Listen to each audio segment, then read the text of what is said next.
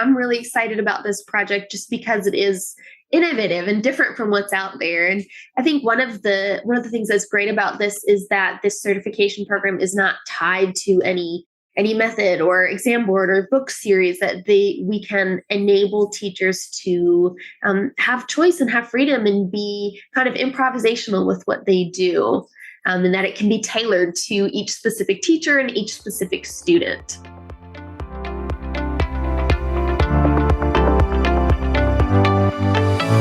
You're listening to the Integrated Music Teaching Podcast from Top Music.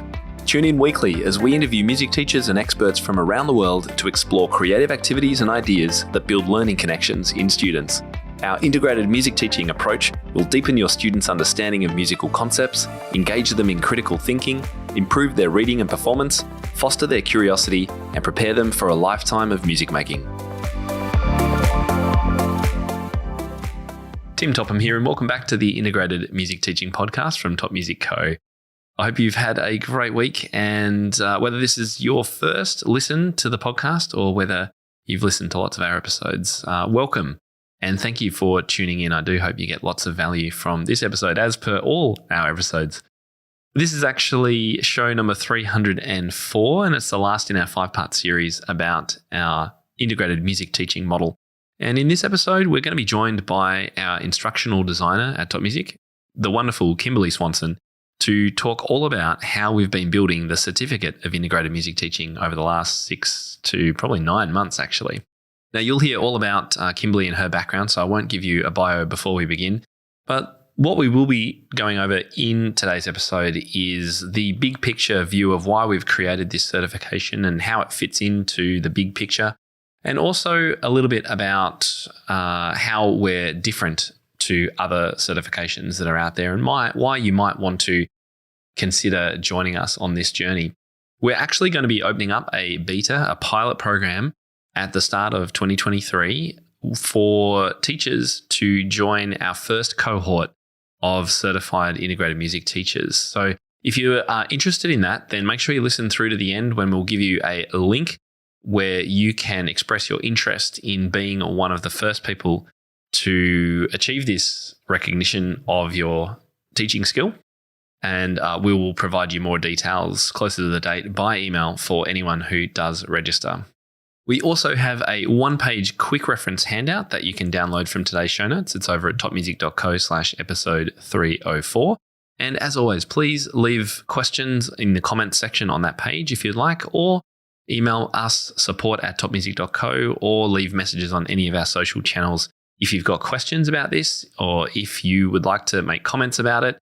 We do love hearing from all of you. And we've heard a lot, I must say, in the last 4 to 5 weeks over the course of this series about integrated music teaching. We've heard lots of stories about how some of you are doing this already, how you would like to find out more about it, what kind of ways in which you can do it. We've had lots of ideas come through, and I can't wait to share more of this with you guys over the start of next year. I have a feeling we'll be getting some extra guests on and sharing some other audio and video like we did last week of other people's approach to integrated music teaching, because it's just fantastic and it's so interesting to see how other teachers use this approach in their lessons. Okay, with all that said, let's jump into my discussion with Kimberly all about how we're going about building the Certificate of Integrated Music Teaching.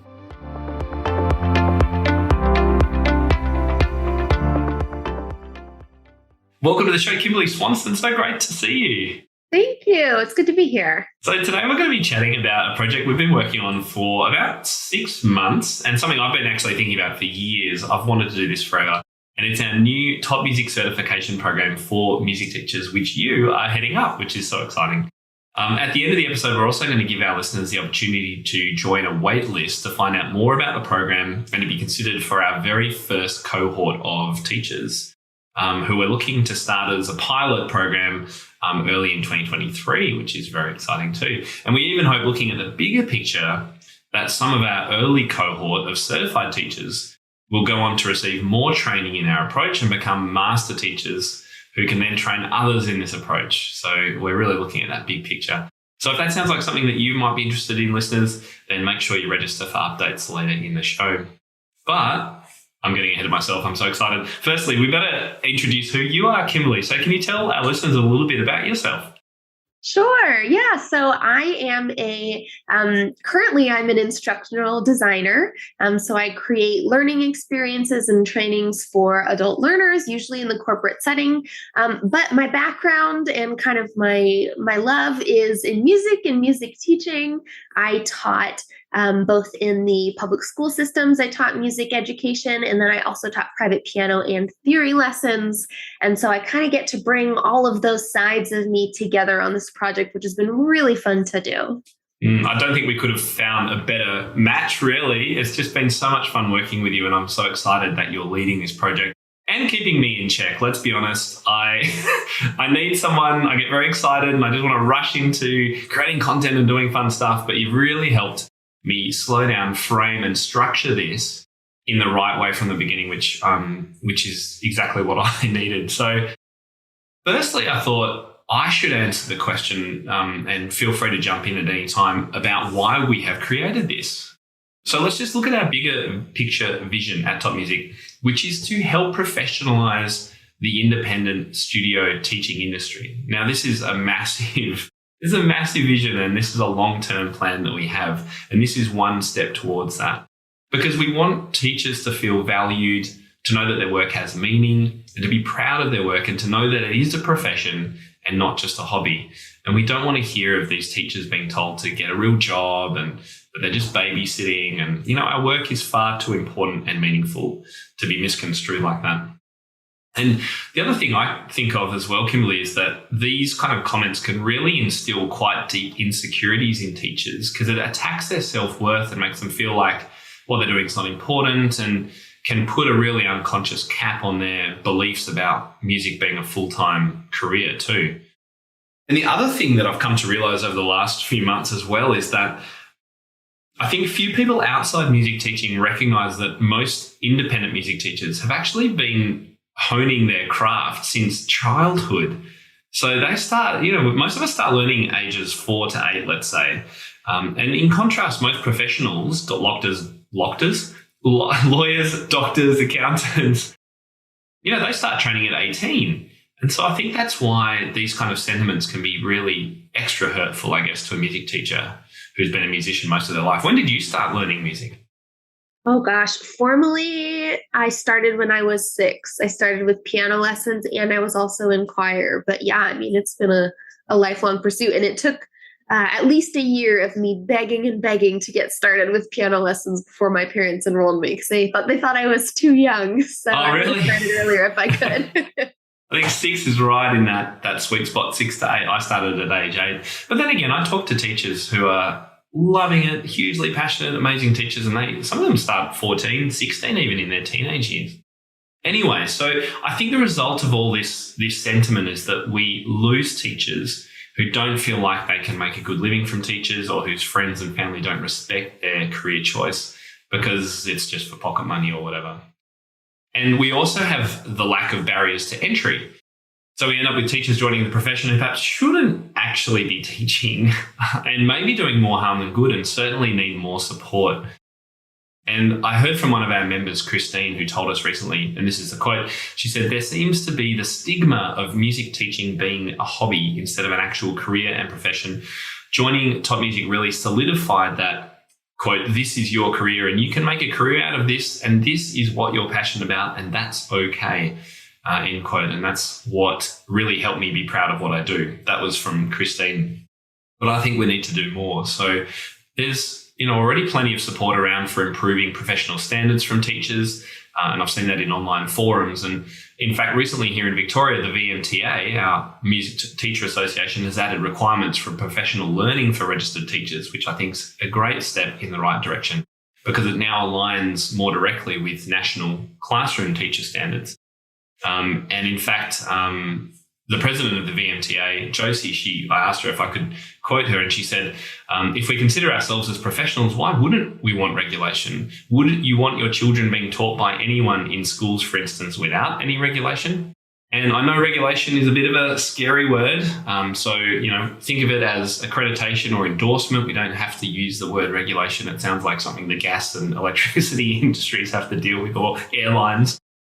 And so, look, we've got a long way to go, but this first step in our bigger vision towards an industry-wide endorsement program is to create a way to acknowledge and celebrate teachers committed to the best teaching practices, hence this establishment of the Certificate of Integrated Music Teaching. So I think it'd be great to talk, that's kind of the background about the why we're doing this. But there's also other programs out there. And so I wanted to make sure we outline what was different about what we're doing. And you've brought so many really innovative, modern approaches to teaching from all the research and work that you do. The old multi-choice test at the end of something is not necessarily the best way to assess learning these days. So let's just go through. We've got a few things on our list here. Do you want to outline just some of the differences that you're thinking of? Sure. Yeah, I'm really excited about this project just because it is innovative and different from what's out there. And I think one of the things that's great about this is that this certification program is not tied to any method or exam board or book series, that we can enable teachers to have choice and have freedom and be kind of improvisational with what they do, and that it can be tailored to each specific teacher and each specific student. I'll just say I also love that we're going for a quick but intensive type certification program. So it's not, all right, you have to commit yourself to 4 years of full-time school and this, wild tuition rate. There are, of course, benefits to the traditional university system, but this is something that teachers can go through while they are still working full-time and feel like they can get through it quickly and get a lot of value in only a few months. That sounds great. And I think one of the other things is that a lot of the examination boards or people who do accredit at the moment don't provide any training. So you've got all these teachers who want to get accredited and certified, but have to then go and find teachers and courses to actually teach the content. So we're making the conscious decision to provide that training as well. So here's the certification. Here's what you need to do to pass that. And here's where you can get the support to actually learn and practice those skills that you need. And I think that makes a lot of sense. Absolutely. And I love that it's banked into this, pre-existing top music community, because there are already so many great resources. And one of the things that makes people professionals is the ability to keep learning, right? And to keep growing and to keep iterating on their trade. And so that's something that's so valuable for music teachers, that not only is this just it's not the one and done certification program where you just take one test and you're done with it, but there are opportunities to continue to further hone your craft through all of these wonderful learning resources. Now, you've been helping me understand the power of the cohort system. So tell us how this is going to be implemented for us. Yeah, I'm a big fan of cohort-based learning. And the idea there is we are utilizing the intelligences that multiple people can bring to a group. So in a cohort, a group of learners are going through a similar experience together around the same time. So oftentimes with cohorts, we're thinking of people who are in the same year in high school or university or something like that. But this can also be applied to adult learning, to workplace learning. So one of the things that's wonderful about cohort learning is that you can learn from others. There are great opportunities to hear how other teachers are implementing different aspects of integrated music teaching, which we'll get to a little bit more later. But there's this collective intelligence, and there's also a sense of being time-bound and a sense of urgency that comes with cohort-based learning. And so what studies have found is that learners who are enrolled in cohort-based learnings have a way higher completion rate than if they're just doing self-paced online learnings. And not only that, but those who are involved in cohort learnings retain the information at much higher rates and are able to actually put that information into practice at much higher rates. So I'm obviously a big fan. Yeah, and me too. When we've run challenges and we've taken people through courses, which we've done in the past, there's a buzz to it, and you can share and learn from other people. And I remember when I first built the community, one of the things I said in the initial, very first come and join my community sales sort of video was, I'm not skilled in every area. I don't have all the answers, but I'm all about bringing people together to share, because there's a collective genius in the community of teachers that come together when you start learning things like this. One of the pillars, in fact, of the IMT approach, which I mentioned back in episode number 301, is a multimodal assessment, which is what we encourage teachers to do with their students. And this is part of our assessment too. So tell us about the adult learning, what you know about adult learning and the things that you've researched, and how we're going to implement that in our assessment. Yeah, absolutely. We're definitely keeping in mind some of the adult learning principles of adults need to bring their prior experience into their learning, and it needs to be applicable, and it needs to be applicable right now. Not something where it's like, oh, okay, well, in 3 years you may use this, but how am I going to apply this to a student that I already have? How am I going to apply this knowledge to a challenge that I'm facing right now? And so there is this importance of having practical experiences and opportunities to apply learning to real life examples. And so that's something that we are definitely featuring in both in this cohort model as participants are going through the experience, but then also in the kind of end of cohort assessment, that there's going to be some multimodal stuff there, making sure that we're assessing the learning objectives in a genuine and multifaceted way, not just in a quick multiple choice exam. And a way that we hope is related to your studio. So as one example, you come up with this great idea of choosing between some case studies of particular student types you might find in your studio, and then how to apply whatever we're assessing to that particular student. So if you only teach adults and teens, there's going to be one that suits you. If you only teach preschoolers, then there'll be a case that will suit you. That's kind of the connection that we want to make. And I've learned so much from you about adult learning, and it all makes so much sense. Having that autonomy and choice is so important. And it's something I've been talking about with teaching all students. The first pillar of the IMT approach is a student-first approach. We need to have students that have autonomy and some kind of agency in their learning. And so we hopefully practicing what we preach in this certification as well. And I think just to wrap everything up, no fluff. We really want this to be a super practical course with demonstrated outcomes that will grow you as teachers and that you'll really benefit from. And just can't wait to explore it more and get our first cohort of people through it. So the certification is going to be called, as I mentioned, the Certificate of Integrated Music Teaching.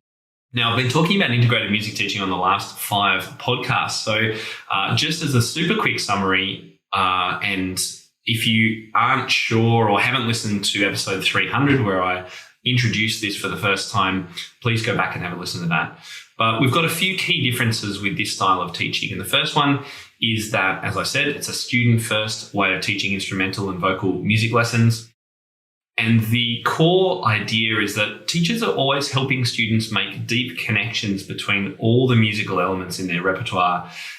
And that's sort of technique, reading, history, theory, and modeling a curious attitude with great question technique and using questions as much as possible rather than dictating as teachers used to do. And lots of creative practical activities using to bridge the connections and provide memorable learning experiences. So taking all of the stuff that we've been doing for the last 10 years at Top Music with the creative music making ideas that we have, and using those activities, but now integrating them as a bridge between repertoire and things like theory and history and technique in order to cement and solidify that learning. So getting back to the certification program, Kimberly, one of the first things you guided me and the team to really focus on was the learning outcomes. Here I was just going to rush in and, right, what should we teach? Let's start recording lessons and information. And you're like, no, whoa. Let's focus on the outcomes. So can you take us through these? I thought this would be a good chance to mention what the learning outcomes are for teachers who are listening. Of course, yeah. And it's so hard. I'm also really excited about this. And so it has taken a lot of self-control to make sure that we really build the foundation here before jumping right into the recordings and the lessons and the cohort itself.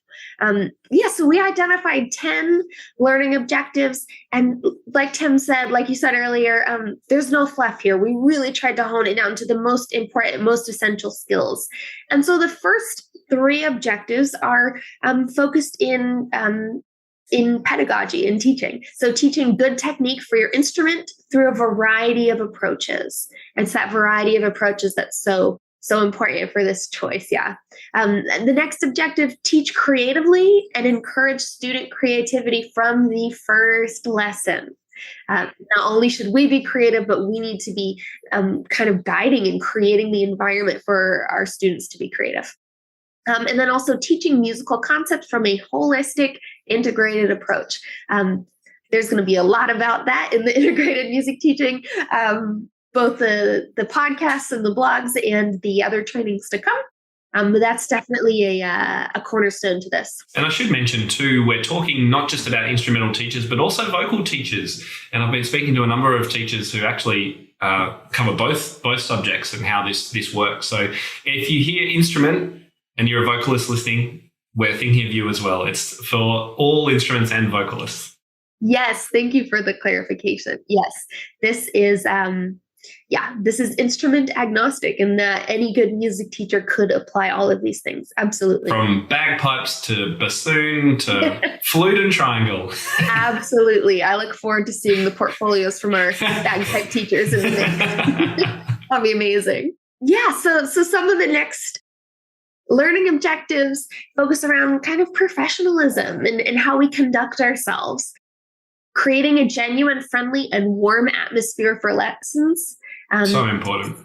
Yes, so important and difficult to measure, but when you see it, you see it, right? There's a kind of this intangible nature to it. The next objective, establishing and implementing professional policies in a teaching studio or business. And this could be, applicable to all kinds of different setups, whether you're, teaching on your own with your own private studio or only have a few students online, in person, are working for another studio. You still should have those established professional policies. And that's one of the differences too. When we talk about professionalism, professional teachers will have appropriate ways of being paid and systems for that, and they'll have policies that they uphold. That's part of it, isn't it? Absolutely. And, kind of going on a time machine a little bit here, when I first started teaching piano, I wanted to do it the right way, and I was trying to find the resources on how to do that. And Top Music was one of my big guides there. So it's really cool to be kind of coming full circle with the professionalism there. But it can be daunting if you don't have those great resources. Yeah. Okay. Next learning objective is strategically choosing the teaching styles that best meet the goals of the teacher's studio or business. So whether those, groups, pairs, individual lessons, summer camps, workshops, you name it, but choosing those intentionally and strategically to help support those policies. And then the next 2 were focused on repertoire. So understanding a wide repertoire selection, and this is key, assigning the best pieces to meet a student's goals, right? So assessing each individual student is that student-first approach, making sure that we are assigning the best possible pieces to that specific student. And similarly, with method books, the next objective is identifying the pros and cons of multiple method books, choosing the best fit for each student. And whether you use a method book after the first few creative lessons or after 10, or you kind of just use bits of method books, that's okay too. At some point, most students will start reading and most teachers will use a method book, and there's so many great options out there now. So we wanted to have the opportunity to actually have a look at a range of these and find out which ones are going to suit which students best. Because the days of everybody using Bastian or Faber or John Thompson for every student, no, that's gone. Bye-byes. Yep, Absolutely. But it's still good to know what's out there and to know what you can pick and choose and what would work for one student versus another. Completely. And then the last few learning objectives, assess students and design a curriculum or plan of teaching to help fill in those students' gaps. And that's obviously going to be informed by what you know of a wide selection of repertoire and method books. And then finally, to identify curricular themes in standard repertoire, and then plan ways to teach those themes prior to a lesson time. So there is this wonderful element of improvisation and ad-libbing and working off of what your student is doing, but also part of being professional is some of that preparation ahead of time. So we're really trying to make sure that we have both sides of that represented here. And thank you for going through those, Kimberly. And as teachers will have heard back in episode number 302 or 1 about the 3-step process to integrating your music teaching. These are the things that need to happen before your students come in. And look, quite oftentimes, and I've spoken to many teachers who are the same, I'll have way too much material for a lesson, but it's all there and it's planned and it can evolve over time. But as we say, if we're going to have an improvisationary approach in our own teaching by being flexible and taking the students' wishes and goals into account, then it's great to have a bank of activities, repertoire, connections, and all those things that we can do that we can then pull in and out of lessons as we need to, as we go along. And that's part of the important sort of factor of being flexible in our approach, which is really key if you're going to take on this task of having a more integrated approach in your lessons. Absolutely. So with regard to the assessment, do you want to just cover a few elements of how we're going to do that? Yeah. So, as informed by the principles of adult learning, we really wanted to make this be an assessment that was multimodal. And so we decided to do that via a portfolio. And what I'm really excited about the portfolio is that there's choice and there's autonomy and there's optionality baked within every single element of the portfolio, so that people who are more comfortable recording a video than writing something are free to do that. Or, there are multiple different ways to showcase your skills so that we can create a portfolio that works for all kinds of teachers. So some of the things that we're going to have in the portfolio are going to be studio policies, right? So aligning with that professionalism piece that we were talking about earlier. Some of the things that I'm really excited about are the case studies, which you mentioned briefly earlier. Really getting at the practical application of integrated music teaching, of having a student profile, choosing a student profile from a bucket of many student profiles, right? And then figuring out, okay, what am I going to do with the student? What am I going to assign to them? How am I best going to support their needs and fill in the gaps in their knowledge? And thinking about ways that we can do that in an integrated and flexible kind of way. So those case studies I'm very excited about. Also going to be doing a repertoire analysis so that we can see teachers' expertise in digging into a repertoire piece and pulling out the important themes and the important threads in that piece. So we're not just, all right, play the piece. Okay, you did a good job, moving on. But there's intention to each piece and each activity and each connection that teachers are making. And then there will also be a few teaching video opportunities. And one thing that's so important to me in this portfolio is the opportunity for self-reflection. I know when I have submitted teaching videos in the past, it's kind of brought up this anxiety of, oh my gosh, that wasn't perfect. I need to do a different one. That was terrible. And I get really critical of myself. I think that's super common in teachers. And that's where the self-reflection comes in, because there's the understanding that we are not supposed to be perfect. It's not supposed to be perfect every time. But what we can do is learn and iterate and try something different next time and try and make it even better every time. So I'm really excited about the self-reflection piece as a way to help hone that skill set of reflecting on yourself and becoming better over time so you can keep on advancing in your career. I just love the fresh take on everything that you're bringing to this, Kimberly, from all your experience and your own learning and research into modern instructional design and assessment approaches. It's just such a breath of fresh air, and I can't wait to bring this to teachers. As we said, we're working on a pilot at the moment, and we want to launch that in Q1 2023. So how long do you think, I mean, we've talked a little bit about a couple of months or something. How long do you think teachers will go through this process? Will take for teachers to go through the process? Yeah, for this pilot, I think we're looking at a good 3-month cohort, about 12 weeks. And as is good practice with any pilot or any beta, that we want to make sure that we are getting lots of feedback from our participants. And, if we need to adjust from there, we'll adjust from there. But as I said earlier, the thing that I think is great about this is that the learning does not have to be confined to those 3 months that you're in the cohort.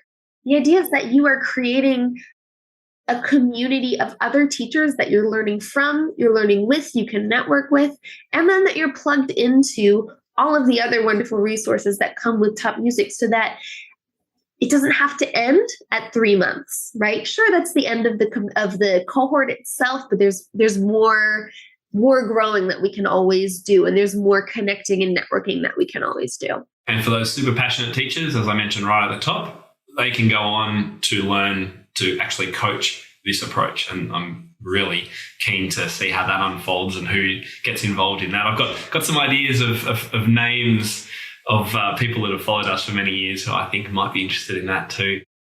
I think the other question that's probably on teachers' minds is, all right, how much is this going to cost? So the answer to that, we're not actually sure quite yet. And we probably won't know until we've got stuck into the pilot, actually. So I just don't know the answer to that question yet. The other question people might have is, how is this related to Top Music Pro? Can I do this if I'm not a member? And the answer is absolutely yes. How it links with Top Music Pro, or there'll be certainly the elements of training that is in Top Music Pro. So we're still sort of working out how it actually all interlinks. So again, we're literally learning as we go. I'm growing so much in this process. Kimberly is really teaching me lots about it, but there's elements that I still can't answer quite yet. But I don't want that to hold us back from getting this into the hands of teachers and actually testing it and trialing it and see how we go. Now, you put together a little one-page handout about this. Can you tell us quickly about that? Yeah, just a lot of it has been covered in this podcast, but it's a great reference guide if you want to revisit, okay, what even is the certification program? Why should I take it? What are some of the main reasons why someone might be interested in it, why it could be helpful, what is integrated music teaching? So that's just a great quick reference guide. If you're 3 months down the road, you're like, oh yeah, wait, what was that? What was that certification program? I can't remember. Just look at the quick one-pager. Of course, you can always look at the show notes, but it's just a nice little reference guide with more details to come later. So that should be over at topmusic.co/episode 304 if you want to download that. And that's a great place as well if you'd like to leave any questions for us. Kimberly and I will be happy to answer questions on that page, or wherever you're listening to this. If you're on your phone, jump on one of our social channels, Instagram or Facebook, leave a question, or email us support@topmusic.co. We will route that to the right place and make sure you get your questions answered. And excitingly, for those of you who have heard this and you're like, oh yes, this is exciting, and you're possibly interested in being in our first cohort of student teachers, head to topmusic.co/certification to register your interest today. It's kind of no obligation, free quote, no obligation to continue, but that will get you on our list for people, the first people that will be letting know about how to access the pilot program. What have we forgotten, Kimberly? Anything else we should cover, or have we covered it? Man, I am so excited about this. Every time that we get together and we talk about it, it's like this just burst of energy. And I think we really have something exciting here. And, I think that there's so much value to this certification, both for confidence boost for teachers who are going through it, for parents who are looking for really qualified teachers for their kiddos. And I really think that this could pan out to be so helpful for so many people. So I'm really excited for the pilot program and then to see where it continues to grow beyond that. Yeah, you always give me a burst of energy as well when we talk about this, Kimberly. And it's so exciting to see all the hard work that you've been putting in behind the scenes start to come together. And it's going to be a pretty cool time at the start of next year when we launch it. Kimberly, thank you so much for your time on the show today. And we will keep in touch with you over the coming weeks as we lead into the start of next year. Fantastic. Thank you for having me.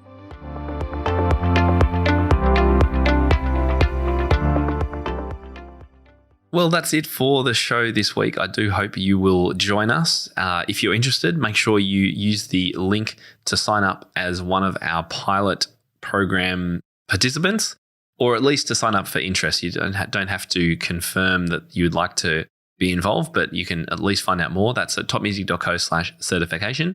And as we said earlier, if you want to grab that one-page handout with information about the program, just head to the show notes for today's episode, topmusic.co/episode 304, and you can download that. Well, that's the end of our 5-part initial series on integrated music teaching. This is going to be a topic, obviously, that we're going to pop in and out of all the time over the coming year ahead and right up to Christmas. But for the next few weeks, we're joined by a number of different guests to talk about all sorts of different and cool stuff. The first one being next week when we have the amazing Simon Rushby, ABRSM examiner, music producer, songwriter, all-round incredible musician, is joining us on the show to talk all about songwriting. He has created an incredible course inside our Top Music Pro membership, and we went live to launch it and tell everybody about it. So we're going to be rebroadcasting the live stream that we did a little while ago about the songwriting course. So I can't wait to share that with you. That's coming up next week. Until then, I'm Tim Topham, and you've been listening to the Integrated Music Teaching Podcast. Can't wait to share lots of ideas with you again this time next week. Bye-bye. How do you keep up to date with all the latest trends and research into music education? How do you connect with other teachers around the world and make sure your teaching stays fresh and relevant for students of all ages and stages, both now and into the future? I created our Top Music Pro membership to be the one-stop shop for music teaching resources, training, support, and community, and I'd love for you to come and join us inside. With over 40 comprehensive training courses, hundreds of teaching demonstrations and lesson plans, free monthly sheet music, discounts, and all the business and pedagogy support you could ever need, Top Music Pro is the community you've been looking for. If you're ready to level up your learning from the podcast and join thousands of other teachers in our global network, head over to topmusicpro.com today. If you enjoy this show and want to hear more of our work, be sure to subscribe to this podcast wherever you're listening today. For links and resources mentioned in this episode, visit us at topmusic.co/podcast or check out the show notes. I'm Tim Topham, and this is the Integrated Music Teaching Podcast, a production of Top Music. Thank you so much for listening. Enjoy your week ahead, and I'll catch you next time.